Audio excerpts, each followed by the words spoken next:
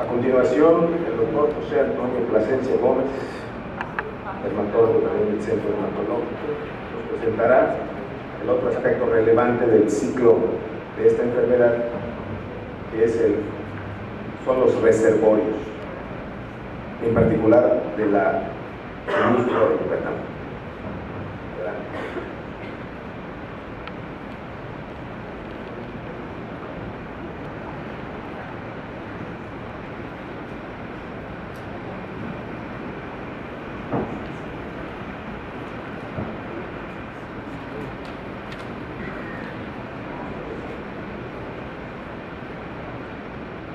Buenos días. Vamos a hablar de los reservorios de la demencia en la península de Yucatán, porque es un papel fundamental en el mantenimiento de esta enfermedad. Para empezar, la demencia puede agruparse en dos grandes grupos según los reservorios y también según los vectores. Dependiendo de la fuente de la infección, se pueden clasificar en demencias zoonóticas, si esta es transmitida por animales salvajes o domésticos, en el caso de los perros, y también por leucemia olmeca, que es el que transmite la enfermedad zoonótica, y antroponótica, cuando es transmitida entre los humanos, que es generalmente por leucemia cruciana. En general se dice que solo hay un huésped reservorio principal para una determinada especie de Leishmania en un foco particular. Esto lo dijo la OMS y es muy estricto. Puede haber reservorios menores o incidentales que son mamíferos, aunque no estén implicados en ninguna función del ciclo vital, están infectados por Leishmania. Ya habíamos dicho esto, lo que sucede en el estadio del monstruo y lo que sucede en el estadio mamífero, ya sea hombre o reservorio como un perro, un gato incluso y un ratón. Hay criterios para diagnosticar a un mamífero como un reservorio. Primero, que la distribución geográfica y temporal de los reservorios, de los vectores y de los seres humanos tienen que coincidir para catalogar a un reservorio, a un mamífero como un reservorio. No cualquier animal puede ser un reservorio para una enfermedad. El parásito del reservorio y del ser humano debe ser el mismo. Esto ocurre lo mismo que para los vectores.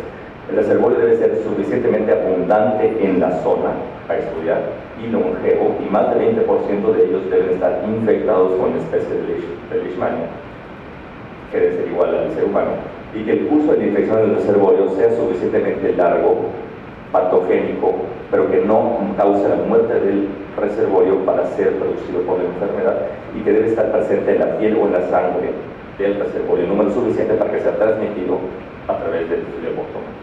Vamos a presentar estos 5 criterios clínicos para ver cuáles son los reservorios principales en la península de Yucatán. Desde el 62 se habían detectado ya en Guatemala y en Belice roedores infectados por Leishmania mexicana. Estos roedores abundan en la península de Yucatán. Se dice que 44% de todos los mamíferos en el mundo son roedores. Todos los continentes excepto la Antártida, pero solamente 5 a 10% son considerados un problema. Los roedores son vectores para muchas enfermedades.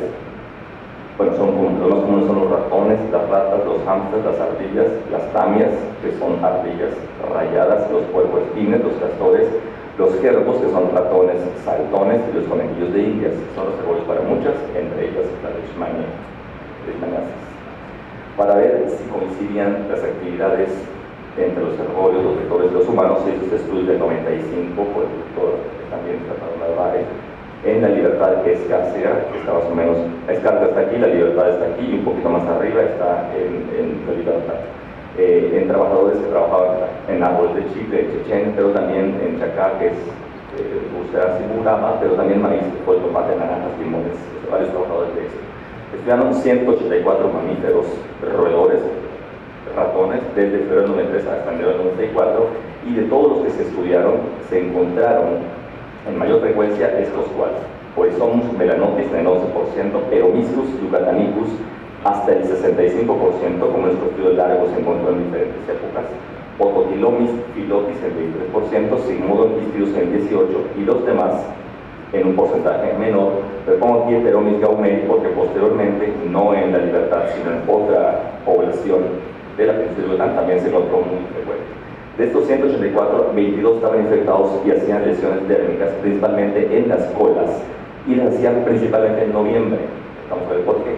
Después de las quemas y en épocas de siembra y lluvias, el ambiente frío es preferido por Luciopenia meca y Luciopenia cruciata, y esto va a coincidir con las lesiones que hacían los ratones en las colas. La mayoría, 100% de las lesiones de las leishmaniasis en la cola de los ratones era por Leishmania mexicana. Entonces quedaba comprobado que coincidía. Las quemas en abril y mayo en la península de Yucatán se realizan para ser plantadas y cosechadas después. La cosecha se realiza de noviembre a marzo, cuando es época lluviosa. Los reservorios justamente tienen lesiones en esta época. Los vectores se encuentran infectados también de noviembre a marzo, de época lluviosa, ya que el periodo de incubación en el ser humano dura de 1 a 2 meses. Las lesiones en humano, que en Perú se pueden describir como una parecida PISA-like, serían de noviembre a marzo. Para comprobar que el mismo parásito de los reservorios sea en el humano, se hizo este estudio en el 99, y de estos 4 principales reservorios encontrados en el estudio previo, se encontró que estos 2, Oryzomyus melanotis y Peroniscus yucatanicus, tenían Leishmaniasis mexicana del 100%, y en un foco endémico de 81 casos de Leishmaniasis localizada en La Libertad, en el estado de Campeche, se encontró que tenían 96% de Leishmania mexicana y 4% de Leishmania viana brasilensis. Con eso se comprobó que el mismo parásito estaba infectado tanto a los mamíferos reservorios como al humano. Luego, para corroborar este punto, que el reservorio sea abundante y longevo, que la infección sea subclínica y que tenga parásitos en piel y sangre suficientes para ser captados por la leucemia y enseguida al humano, se estudiaron los mismos 4 ratones que se habían encontrado en el estudio previo, y se encontraron 29 cristalinos infectados que fueron cautelados para hasta 2 años. Se controló la humedad, la alimentación y la temperatura ideal de su hábitat, y ya que tenían lesiones en cola, se hicieron mediciones mensuales. Con aspiración de las lesiones se cultivaban en CNI, y con un peromastigote visible se daba como positivo el caso de la lesión. De todos los 4, Oryzomyus melanotis y Sigmodon ispiros tenían una tasa de mortalidad muy alta y fueron descartados como reservorios principales porque no eran longevos. Peroniscus yucatanicus y Oryzomyus pilotis vivieron los 2 años de cautiverio, incluso algunos más. No tenían lesiones generalmente, y si hacían lesiones eran muy leves, curaban solas, que dejaban unas placas hipopigmentadas atróficas, y tenían lesiones resistentes. Además, vemos que en Peroniscus yucatanicus tenían leishmaniasis en todo su ser, tanto hígado, vaso, riñón, corazón. Al estudiar más focos de leishmania cutánea localizada, esto ya no fue en La Libertad, sino fue en Calakmul, en la reserva que está, esta reserva que está arriba.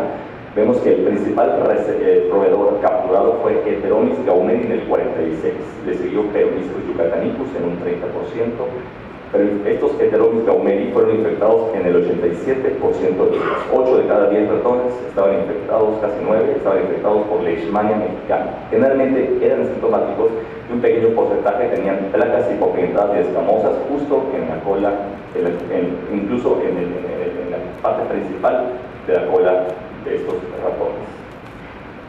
Entonces, concluimos que los reservorios de la mesa de Yucatán son estos 3: Peroniscus yucatanicus, Otocolinus pilotis y Heteronis gaumeri. Se dice cho en maya al ratón y cochol al mosquito. Este es Peroniscus yucatanicus, este es Peroniscus yucatanicus, este es Otocolinus pilotis y este es Heteronis gaumeri. La distribución de los 3, vemos que Peroniscus yucatanicus es yucateco, es de este país, de la península de Yucatán.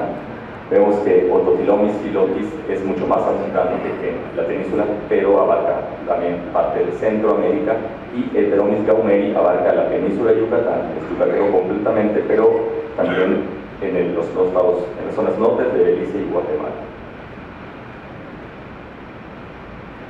Una vez que vimos que el ratón tenía leishmania en todo su ser y no hacía lesiones y las hacía cortas, y además vivía mucho tiempo y podía estar infectado con enfermedades viscerales sin causa de la muerte, podemos tomarlo como un modelo experimental.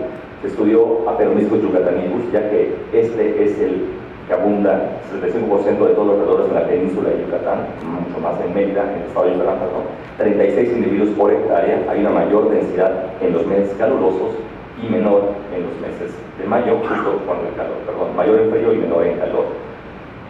Aquí vemos la distribución de los meses. En febrero generalmente abundan en meses fríos, y cuando llega el calor baja la densidad hasta 10 a 20, dependiendo de la célula que nosotros estudiemos o el territorio que estudiemos, pero sigue de 20 a 10 hasta subir paulatinamente conforme la temperatura aumenta, hasta otra vez en climas fríos aumentar hasta casi 60 individuos por hectárea. Entonces, ya que lo comparamos como modelo experimental, se inocularon para un estudio 1 millón de promastigotes de leishmania mexicana en la cola.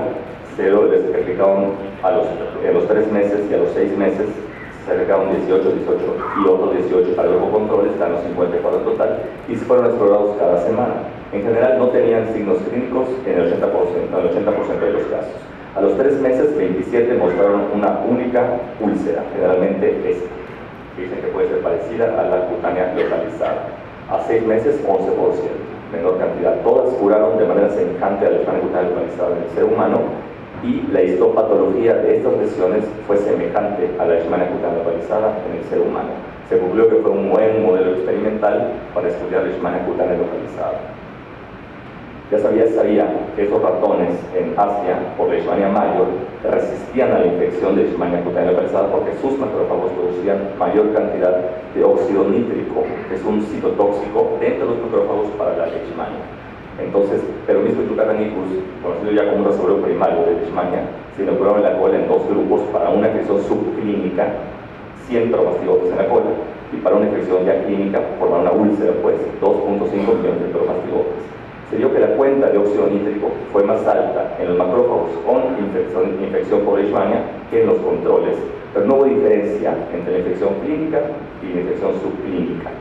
Todos producían una cuenta mucho más alta que en lesiones, que en ratones no inoculados con leishmania. Entonces los mecanismos de resistencia son iguales a los otros ratones estudiados, pero a pesar de producir óxido nítrico, Peromyscus yucatanicus no puede eliminar el parásito aunque no le cause la enfermedad.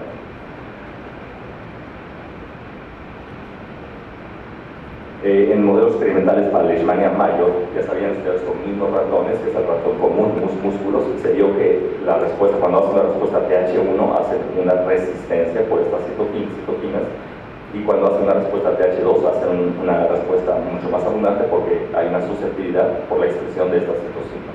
Había unas diferencias muy profundas con respecto a la especie de leishmania, al área geográfica estudiada y al huésped o al reservorio estudiado.